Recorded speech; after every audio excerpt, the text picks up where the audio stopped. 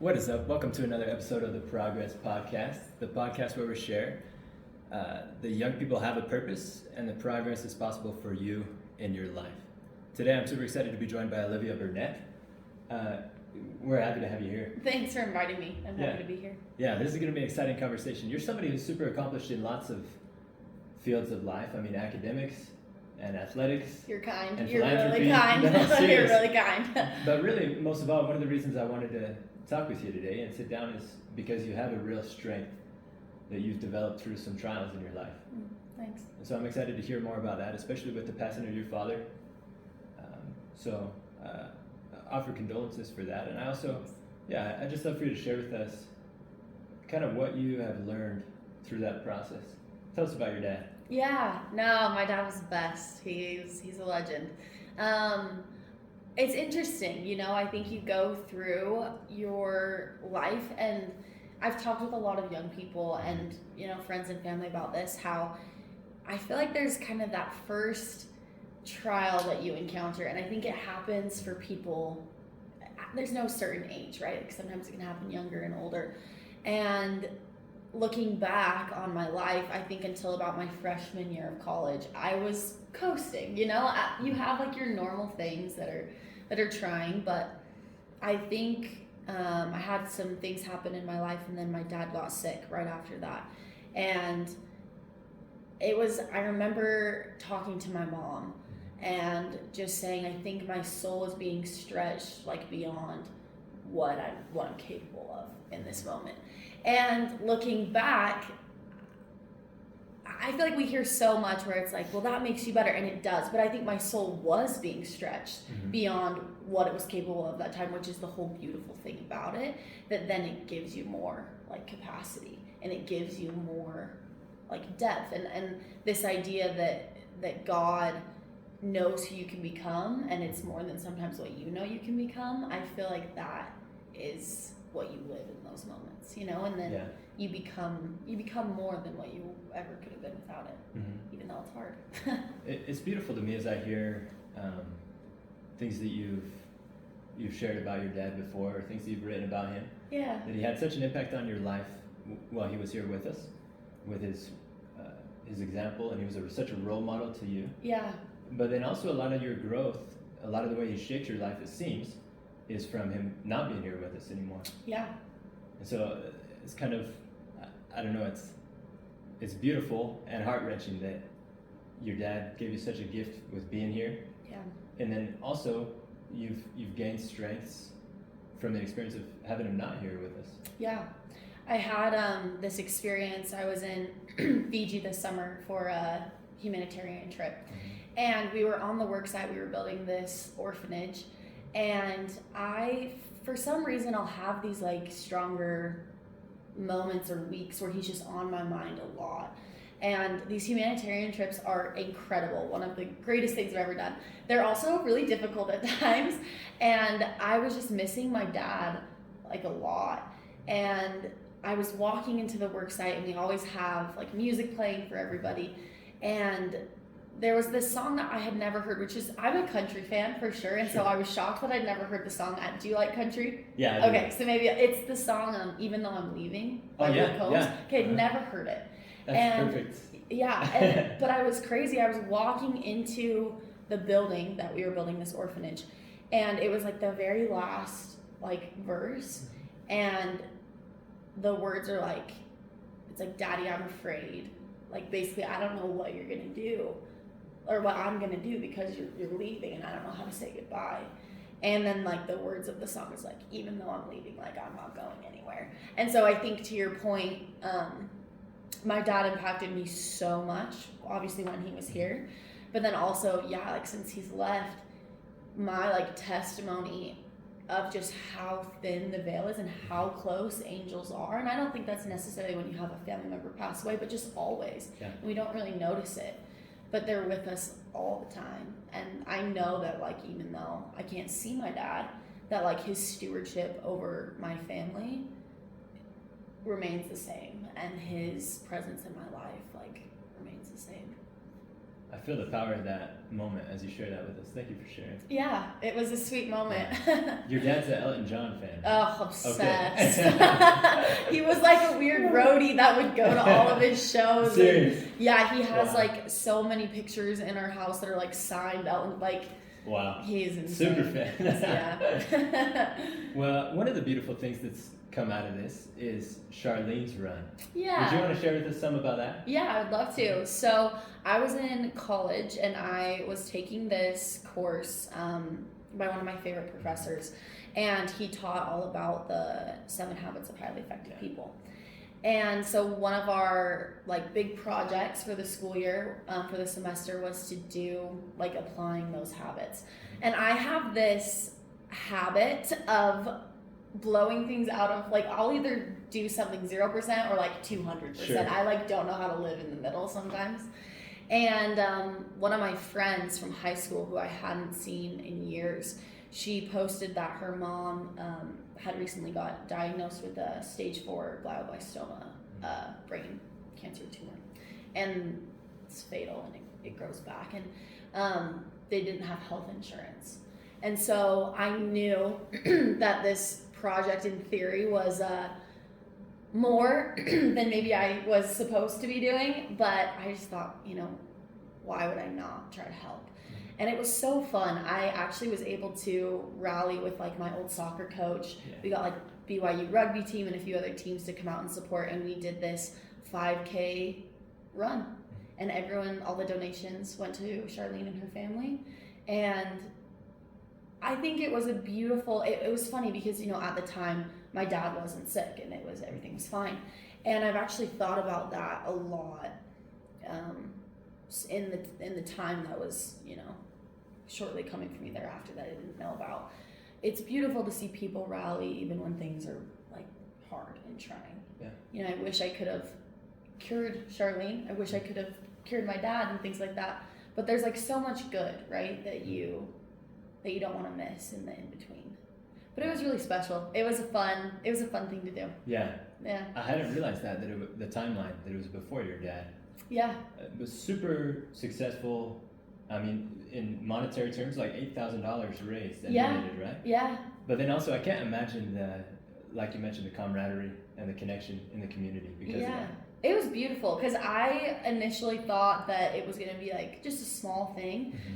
but it was amazing to me. Like the groups and the people, and it just expanded and grew so out of my control, and it was amazing. Everyone just wanted to help. I was talking yesterday with a friend of mine, Jordan.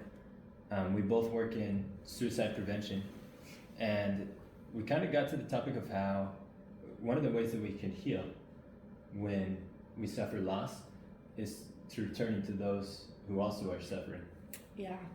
And it seems like you did that almost preemptively, or in the reverse, you're just the kind of person who reaches out to those who need support. Oh, you're kind. Yeah, so I'm sure that you've experienced some of the effects of that in your own life. Yeah, it's interesting to see like who God placed in my life as my dad was, leaving this earth. There are people that came into my life that had also suffered great loss. That were some of like the strongest examples to me during that time. Yeah. Tell me more about the moments before. It seems now that you're in kind of a peaceful place of acceptance. Mm-hmm. Of course, you still love him and miss him. Yeah. Tell me more about the time when you were freaking out. Yeah. Yeah. No, it was definitely freak out for sure. Yeah. I think the hardest time for me actually came about like 3 months after his passing. And looking back on it, I think it's because everything got quiet. Like when he was alive, it was just so much like commotion trying to, like, when he was sick, to figure things out. And then it was the funeral, and then there was everybody coming over and supporting, and then you kind of hit this point where it's like, well, everybody just kind of moves on, and you're like left in this space that you almost don't even really know how to exist in. And I like remember the morning I woke up and it felt like there was something like heavy on my chest. Like I don't even really know how to explain it, but I woke up and I felt different. Like I suddenly was like swimming in this black cloud, and it took me a while to recognize that like it was depression, and it had come on like very suddenly for me. Like I just, yeah, like I said, woke up one day and I just knew that something was different. And the next like 8 months were probably the hardest of my life. And I owe so much to my family and friends, and honestly modern day medicine, and like mental health professionals who really, really helped me through that time. Because I think what's so hard about times like that, if you know you're religious or not, but like for me, I was begging harder than I ever have in my entire life to like feel Heavenly Father close to me, and I like couldn't. I was so like walled out from emotion. And I remember having a conversation with one of my best friends.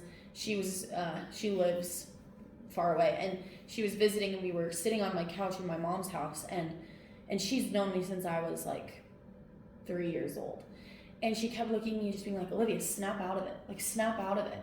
And I couldn't explain to her. I was like, I can't. I want to so deeply, but I can't. Like, I don't know how to get there. And so I guess that's a really long kind of tangent of saying that, like, I think so much of that time, you just have to trust the process of getting by every single day. You're quite literally surviving every single day. But then you get to a better spot. And that's something I learned, that a better spot always comes, even if you feel like it's never going to, it always does. And then I was able to look back and see like, okay, no, like Heavenly Father and Jesus Christ were there with me every step of the way, even though I couldn't recognize it at the time.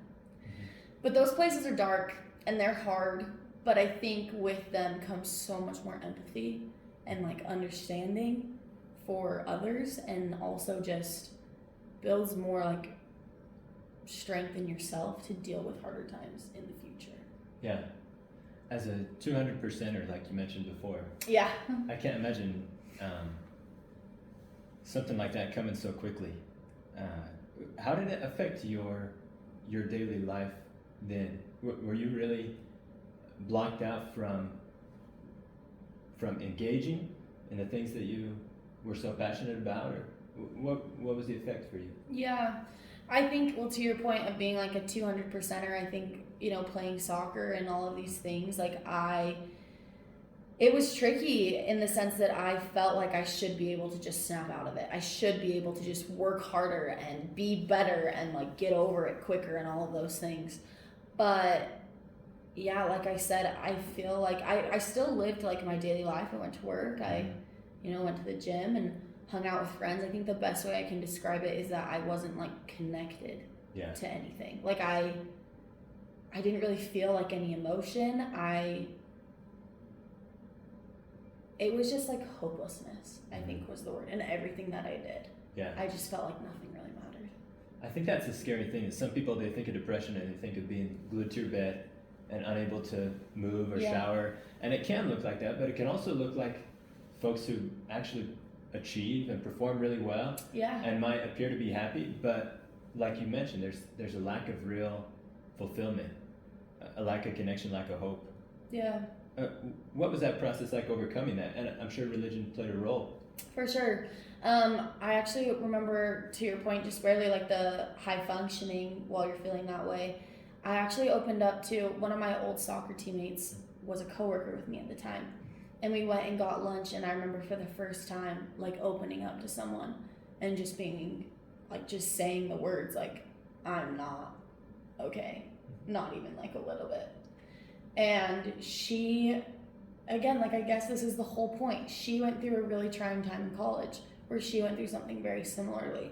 And it was the fact that she could connect with me and that I could see where she was at now. It was like the first glimpse of hope that I had, that maybe there was going to be an ending to this, that maybe like life could get better, and that like, maybe there was a plan for me that was more than this. And so then from there, like I don't know why it was scary for me to like talk to my mom. I think it was just because I knew she was going through a lot and I didn't want to add to that. But my mom works in mental health, and so she was able to connect me with some really great therapists, and I was on medication for a while. And you know, it wasn't like I woke up one day and suddenly everything was fine. It was kind of like a sunrise, like it was just very gradual. And then one day I was like, you know what, I think I'm okay. Like I think I'm gonna be okay. Yeah. Someday. That light at the end of the tunnel that you talked about, that experience resonates with me. In middle school, I struggled with my mental health, and I think honestly it was probably, my experience was maybe typical of middle school students. It's a dark time. Oh yeah, Lots middle of changes. school's rough. Right, exactly. Yeah. But the real like crisis for me was when I would look at my older siblings who were in high school, and I'd look at my dad who was in his job, and it felt to me like a trap, like Groundhog Day. Yeah.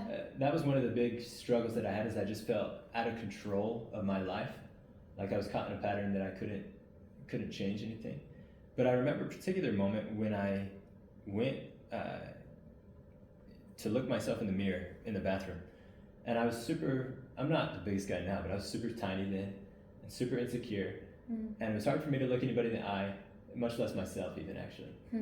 But I looked myself in the eye in the mirror in my bathroom, and I said, Noah, we're gonna figure this out. And that kind of led me down a journey of exploring a lot of like self-help resources and personal growth material, whether it be books, podcasts, whatever. And so I love what you just shared, and that's the point of this podcast, is for folks who might be in that dark place right now, where they don't see somebody who's been through what they're going through and come out better on the other side, come out okay. We can provide that example, that light and hope for them. Yeah. So thank you for doing that. Oh, that's amazing. Today. Thank you for sharing. Yeah. So let's go back. Let's talk about the soccer just for a second. Yeah. D1, right? Yeah. Washed up now, though. Oh, come on. Washed up now. What are some of the things you learned from playing soccer? Oh, man, I love soccer. I mean, from the time my mom was one of those moms that put her kids in like every sport known to mankind to see what sticks. And she has this little video of me running around as like a 4-year-old. I had a broken arm, so I had this like neon pink cast. And I was just like running down the field hitting kids. Like it's just so funny. You've always been tough. I don't know, but I've always loved soccer. And it, I think it's so interesting, be it like sports or whatever you start, like things that you're passionate about, right? They teach you so many life skills. Yeah.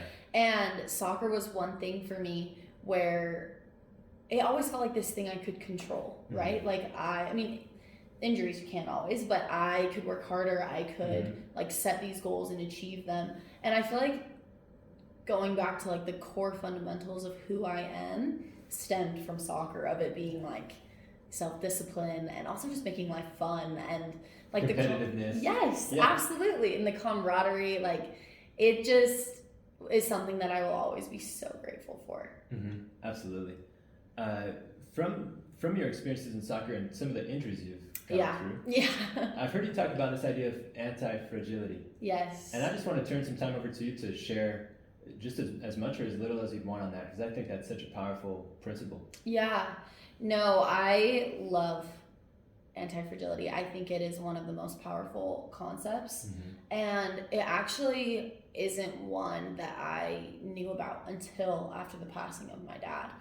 And I've shared this story with you, but basically what happened is I was texting my mom, or I had gotten off the phone with my mom, and this was during that really dark time for me.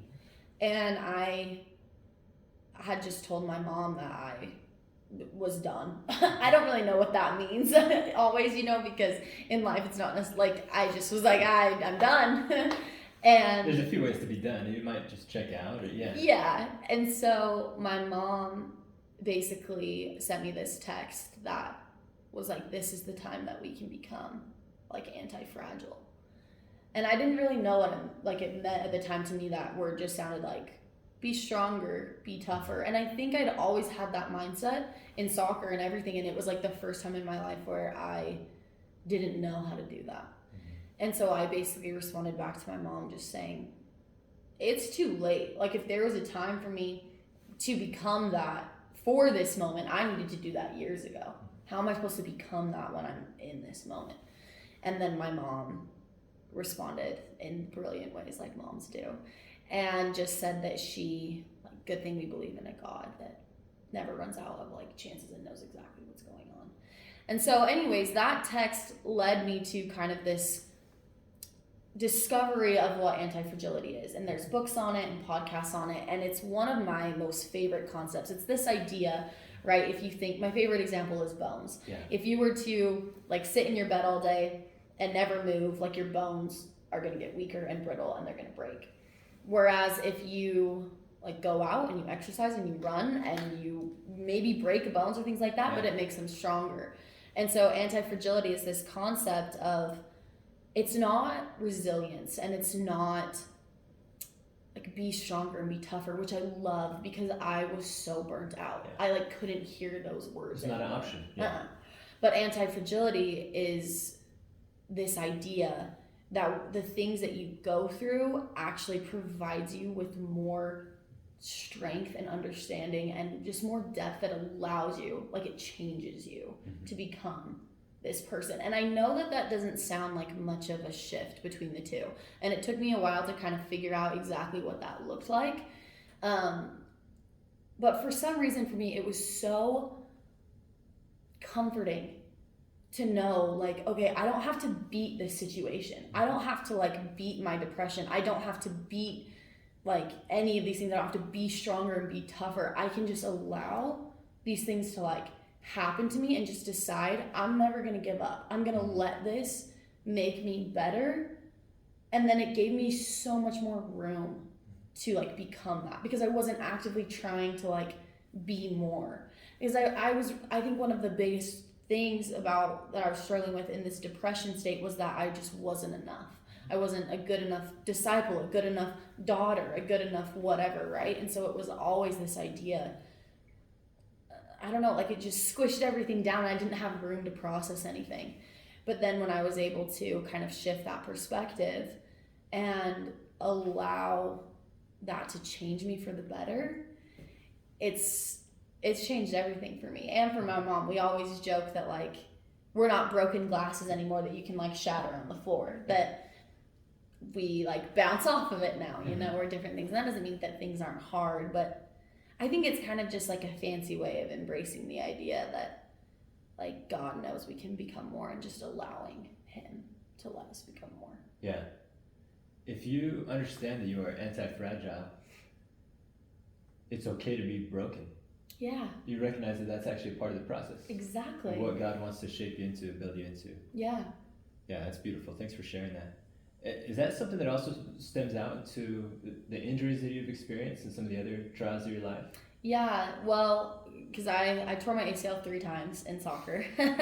That's so annoying. It was the worst. It was the worst because I'd never had any injuries really, and then it just came out of nowhere, and it was just like 3, one after the other. And I was so determined to play pro soccer and all of the things like that. And I think it's just the perfect example of everything, I guess, then that happened in my life over the next few years, that yeah, my plan isn't always the way it's gonna go, but like that's a good thing. That, like, God has so much more. Because I think what I've learned is that God is a God of upgrades. And so be it sports, be it family, career, relationships, like, if you are able to let those things go and trust that he's going to upgrade all of those things, he always does. Yeah. And you made a transition, anti-fragile as you are, once soccer kind of ended for you. Yeah. You've now transitioned into running marathons, right? Yes. Okay. Yeah. Tell me about that. Yeah, no, running marathons, or just running in general, became like my therapy. I have a couple really close friends who we were all just in the depths, and we joked that Provo Trail, like, kind of became our, like, battleground, the Provo Canyon Trail, and we would just run it and run it and run it again. And it was like fighting demons out there, because for me, running is one thing where it's like, it's so hard and it's not that fun. If you guys hear a crazy holler through the canyon, don't worry. Yeah, it's me. Not an animal. It's me. Just kidding. But it's like the perfect example of going through pain in a way that you can like control, and in a way that's so good for you. Yeah. You know, running is so good for you. And so I don't know why I keep running marathons. Me and my friend keep joking that I don't know. We're going to stop one day, but we have another one in April where we're trying to qualify for Boston. Ooh. So we'll see. But okay, that would be cool. But I love running. I think running actually is one of the things that like saved me. Mm-hmm. How many have you done now? I've only done 2, okay. But I've done like... That's 2 more than me. Yeah. I've done like 6 or 7 halves, and wow. My dad was also a huge runner. Okay, my dad's a runner. Yeah. My dad's name is also Kevin. No way. Yeah. Such a good name. He's a huge runner. He did, one of the ones that he did recently, he did a trifecta, which is 3 marathons in 3 days. That's crazy. In 3 states. That's crazy. Yeah. Like the Iron Cowboy. Kind of like that. Yeah. I don't know. Well, you know what I mean. Yeah. He's a super hard worker. He talks, though, about, kind of like you mentioned that it's therapy, he talks about when the body is broken down to a certain level, you get to like this really emotional place. Yeah. Where you can't suppress the emotions, and things kind of just rise to the surface. So you mentioned that like it helped in the mourning of your dad. Mm-hmm. Are there any particular moments that stand out, or? Yeah, it's a great question. There was one time we were running down the canyon, and I had this appointment that I had forgotten about. So we had gotten, 9 or so miles down the canyon, and I turned to my friends and I was like, oh no, I have to like turn around and go back. And so I was running by myself, which is something that I typically don't do. And so I was running up the canyon, and it was really early in the morning, and this was not long after my dad died, maybe like 4 months after he died. And one thing that my dad loved, and I always I thought it was the cutest thing in the world, whenever it rained, like really rained, my dad would just go out and sit out on the porch, and he would just sit there and just like watch the rain. He loved it so much. And so I'm like running up the canyon, and I because when you're running, you're just in your head, like you're just talking to yourself. And a lot of my thoughts were like, oh my gosh, I have so far to run, and I need to run really fast because I need to get back for this appointment, and I can't do this, and why is life so hard, whatever. And then literally out of nowhere, downpour rain. And I remember thinking like in that moment, like I just knew that my dad was like running next to me. And so now, no matter what I'm running, like a race or whatever, like before every run, I'm like, okay, Dad, like let's go for a run. And I, like as silly as it is, like I know that he's there with me. And yeah, like little moments like that where it's like, you're gonna be okay. Mm-hmm. It's gonna be okay.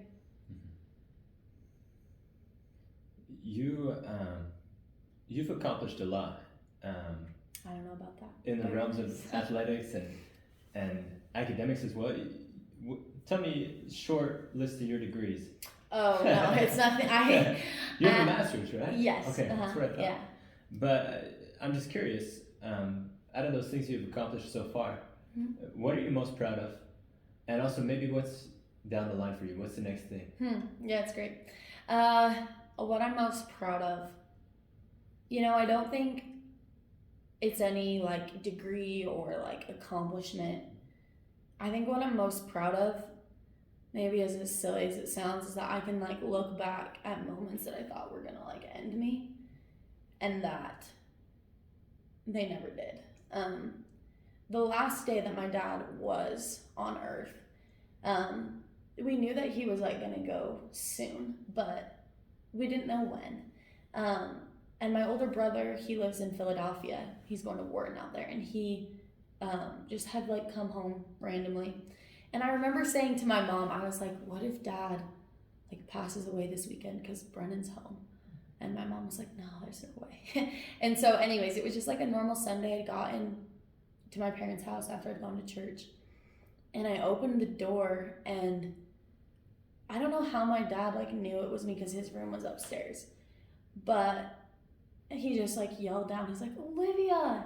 He's like, hi, I love you so much. And it was so like the cutest thing. And then like he ended up passing in those early morning hours. But the last thing I said to my dad, I told him, I was like, I'm gonna make you proud of me. Like every day, I'm gonna make you proud of me.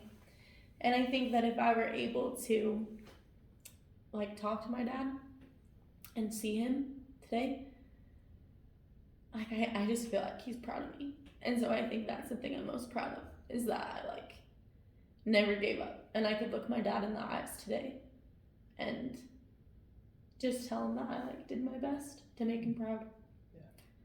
Yeah. Anyways, but I think what's down the line for me, I actually am working on writing a book with my mom. Wow. Yeah, so that will be exciting. We're gonna hopefully publish it this next year. So we're working on that.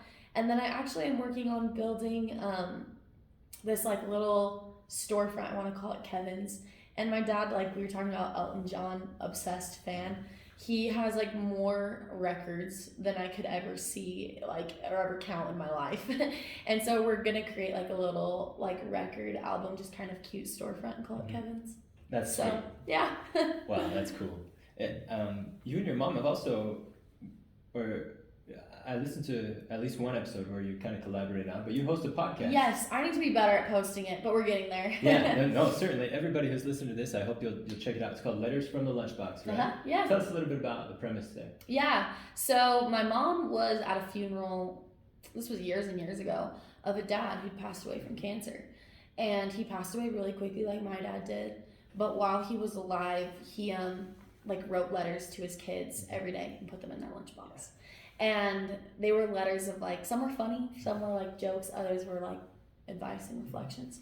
So when he passed away, they had all of these cards with lunchboxes on like the table at his funeral. And my mom saw that, and this idea of Letters from the Lunchbox came to her. And so the book we're working on is called Letters from the Lunchbox. Okay. And it's, my mom is a brilliant writer. She's so talented and gifted. So it's about, she shares these short stories, and that's what we do on the podcast as well, and then bring people on to kind of share their story as well.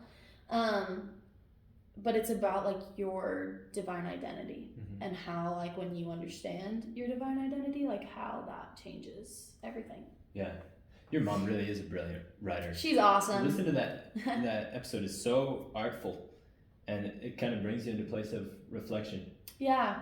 About our divine identity and about just the power of relationships in our life.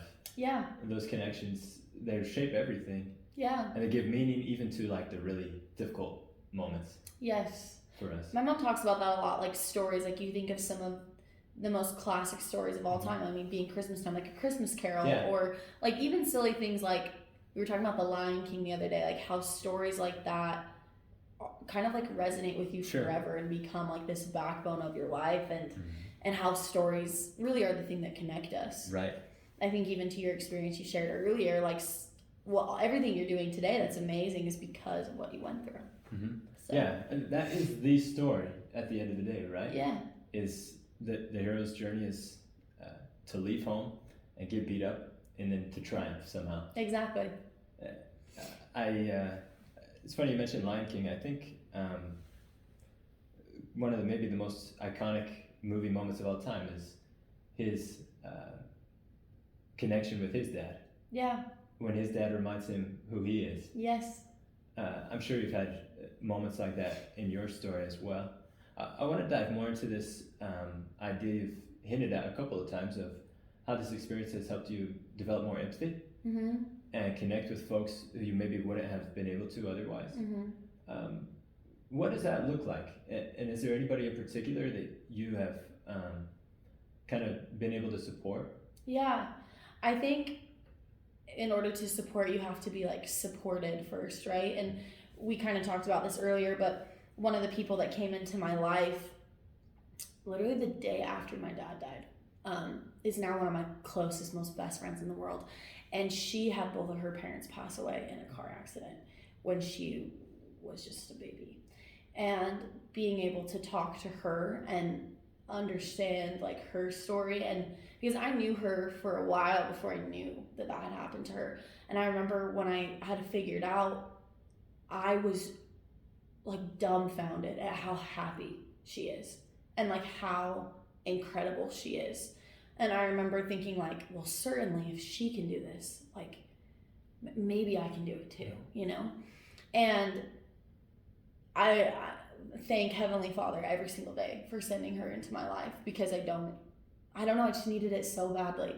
And I think one of my favorite things, these humanitarian trips that I go on, it's with a group called HXP. Yeah.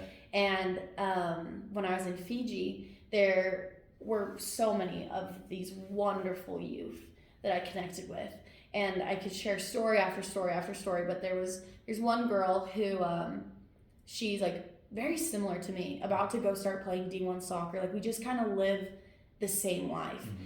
And we were talking one night and she was just telling me how like her testimony is really struggling. And I think in those moments, like you just have this little kind of inkling where you're like, well, if I can say anything that is helpful to her, it will make everything that I went through worth it. Mm-hmm. And it's kind of just switched my perspective. Like it's kind of that silly quote you hear all the time that it's like, treat everyone like they're going through the hardest time of their life, because they probably are. And so I try to live my life with that mentality. And I think you get to know anybody, you talk to anybody for, you know, an in-depth conversation, you're going to realize that everyone's going through something. Yeah, absolutely.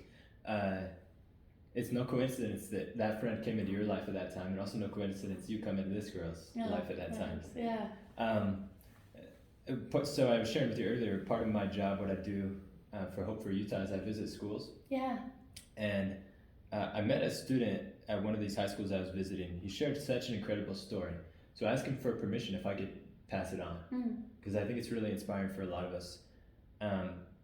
In our curriculum, part of what we do is we teach students how to recognize when their peers might be struggling.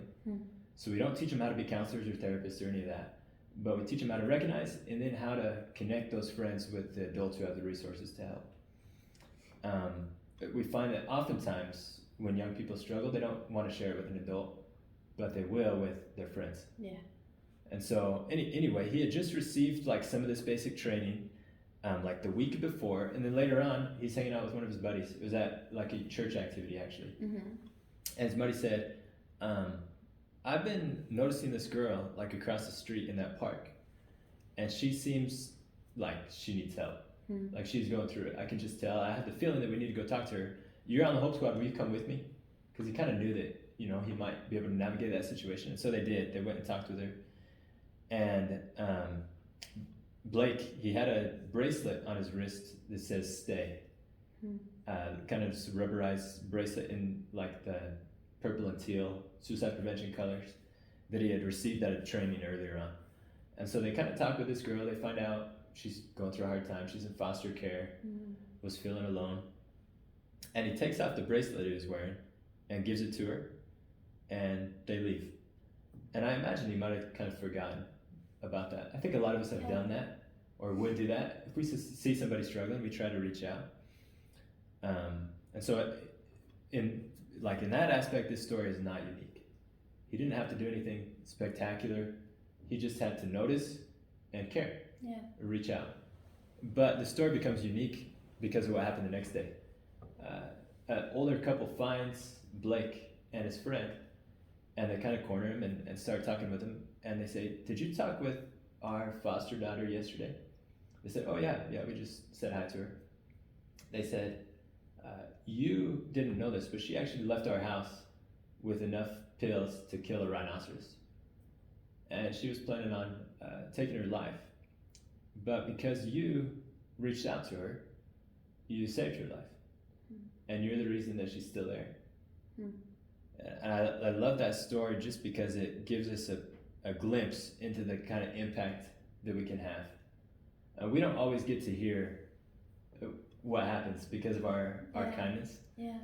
But stories like that encourage me that the kindness is worth it every single time. Yeah. And just like you shared, we have no idea what people are going through, but those little things can make such a huge impact. That's amazing. I applaud Blake and his friend. It can be scary to do stuff like that. Right. I'm so glad that they did. Yes, exactly. Amazing. Exactly. I'm sure for you and for many of those listening, there's similar experiences where you've done something small that actually led to huge impact. Yeah. As That's we're really special. Yeah. As we're starting to finish out here, I'll be sure to link your podcast when I publish this one. Yeah. And you'll have to keep us updated on the book. Yes, I will. That's super exciting. I will, yeah. What kind of format is it going to be in? You know, that's why it's like taking us a tiny bit longer than we want, but we're hoping to just publish it through Deseret Book. And right now, as it stands, is every chapter begins with a story that my mom wrote, and then like the contents of each chapter I'm writing. So it's kind of like a tag team. That's cool. Yeah. I'm sure for you and your mom that must be a really bonding experience. Yeah. It's been wonderful. Cool. Learned a lot. Well, as I mentioned before, the purpose of this podcast is just to share with young people that they have a purpose. Yeah. Even if they're not sure what that is right now. And the thesis, I mean, what's going to be on my tombstone is this phrase that really helped to liberate me when I felt trapped. And it's this phrase, progress is possible.